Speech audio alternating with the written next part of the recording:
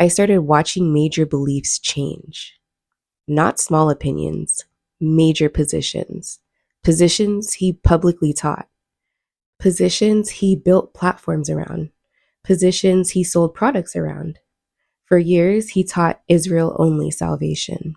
Then later, he began teaching Gentile salvation. And what made that difficult for me was that he had publicly said before that if someone wanted to make real money, they would teach Gentile salvation. Then, later, that became the doctrine he was teaching. At the same time, he changed his positions on the names Yahweh and Yahushai. For years, he taught those names. For years, he defended those names. For years, families learned those names. For years, children learned those names.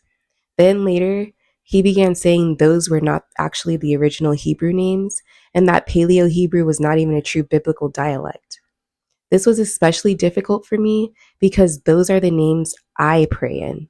Those were the names I believe in.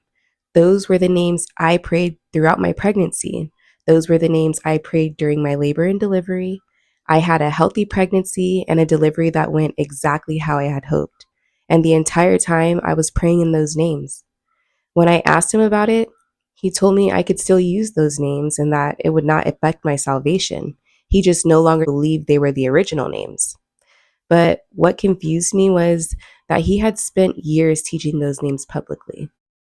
Just a few months before he made this change, he had produced children's books called Yahweh's Kingdom for His Children and Yahushai's Kingdom for His Children. Families bought those books. Parents taught their children from those books.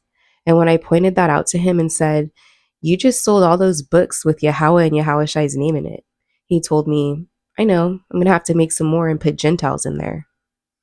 That conversation stuck with me because I wasn't thinking about money at first. I was thinking about sincerity. I was thinking about belief. I was thinking about whether the person teaching these things actually believed them when he was teaching them. What made it even more confusing was learning later that he publicly stated he and Hassad had already presented this information to Alazar before the doctrine had changed publicly, and that Alazar rejected it. So now I'm looking at the timeline wondering, if you believed this before the public change, then how long were you teaching something different from what you actually believed?